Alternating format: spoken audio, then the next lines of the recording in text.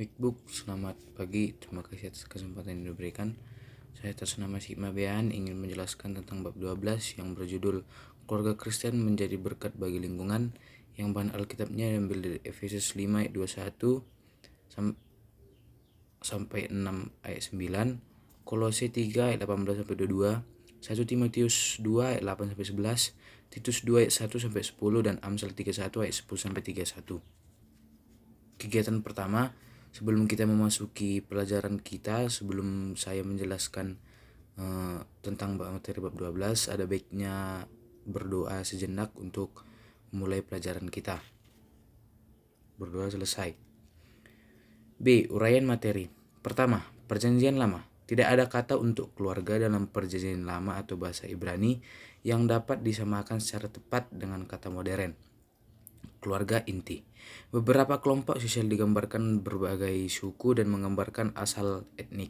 Kata umumnya rumah ayah. Sekelompok yang dapat berarti keluarga inti yang tinggal termasuk atau lebih dari satu generasi ataupun dua. Dalam keluarga, khususnya keluarga Kristen, orang tua wajib mengajarkan kepada anak-anaknya untuk tunduk dan taat pada orang tua. Jika anak-anak tunduk dan taat kepada orang tua, Alkitab menegaskan bahwa ada janji umur panjang dan berkat-berkat lain bagi mereka. Hai anak-anak, taatilah orang tuamu dalam Tuhan, karena haruslah demikian. Hormatilah ayahmu dan ibumu, yang menjadi peran penting seperti yang nyata dari janji ini. Selanjutnya diungkapkan supaya kamu berbahagia dan panjang umurmu di bumi, yang terdapat di Efesus 6 ayat 1-3.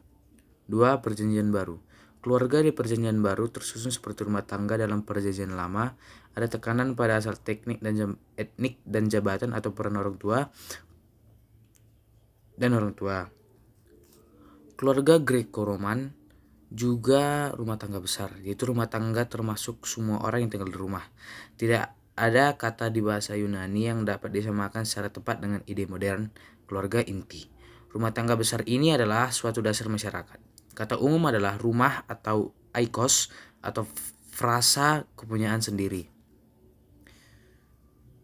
Pedoman ini mungkin dimaksudkan untuk membantu rumah tangga Kristen agar sesuai dengan kebudayaannya. Di pihak lain, kenyataan bahwa pedoman itu tertuju kepada para suami, istri, orang tua, dan anak-anak dan pelayan menunjukkan bahwa ajaran Kristen khusus diterapkan di kehidupan rumah tangga. 3. Peran anak yang menjadi berkat. Sebagaimana kamu, keluarga tidak hanya terdiri dari ayah dan ibu, tetapi juga termasuk di dalamnya anak-anak, baik laki-laki maupun perempuan. Hal ini tentunya bukan hanya berkaitan dengan status, melainkan lebih kepada keluarga Kristen yang mempunyai peran yang sangat penting. Di dalam rumah tangga, itulah terdapat beberapa segi dari kehidupan Allah yang harus diperlihatkan. Membesarkan anak-anak adalah tugas bagi rumah tangga. Mengajarkan anak-anak akan iman Kristen adalah tugas orang tua, sebelum anak-anak mendapatkan pengajaran dari gereja. Kita hidup di tengah masyarakat sebagai keluarga Kristen. Kita diberi mandat oleh Tuhan agar menjadi berkat di tengah masyarakat. Menjadi berkat dimulai dari masing-masing anggota keluarga, kemudian menjadi berkat bagi jemaat di gereja, serta menjadi berkat di lingkungan RT, RW, dan masyarakat luas. Contoh sederhana yang bisa dilakukan oleh keluarga Kristen dalam rangka menjadi berkat seperti ikut gotong royong dalam membersihkan lingkungan tinggal. Berikut beberapa hal yang diajarkan firman Tuhan. A. Hidup dengan hikmat. Agar menjadi berkat di tengah masyarakat, maka orang Kristen harus hidup dengan bijaksana dan baik. Dalam Titus 2 ayat 1-6 ada keterangan tentang bagaimana hidup orang Kristen yang berhikmat atau bijaksana di tengah-tengah masyarakat. Kaum laki-laki dianjurkan untuk hidup sederhana, terhormat, bijaksana, sehat dalam iman, kasih, dan ketukunan. Kaum perempuan dianjurkan untuk hidup sebagai orang-orang beribadah, tidak memfitnah, tidak menjadi hamba anggur, cakap, mengajarkan hal-hal yang baik. B. Pergunakan waktu yang ada. Apa arti pergunakan waktu yang ada? Kata waktu dalam bahasa aslinya atau Yunani yaitu kairos. Dalam bahasa Inggris berarti make the most of every opportunity atau pergunakan sebaik-baiknya setiap kesempatan. Setiap kesempatan datang hanya satu kali dalam hidup kita dan tidak akan datang untuk kedua kalinya. Oleh karena itu, kesempatan yang datang dalam hidup kita, atau baik berkaitan dengan belajar, bergaul, beriman, bermain, pekerjaan maupun pelayanan, harus kita pakai dengan sebaik-baiknya, sehingga setiap orang yang dapat melihat bahwa kita adalah orang-orang Kristen yang selalu menghargai waktu yang Tuhan berikan. C. Mengucapkan kata-kata yang membangun dan mendorong.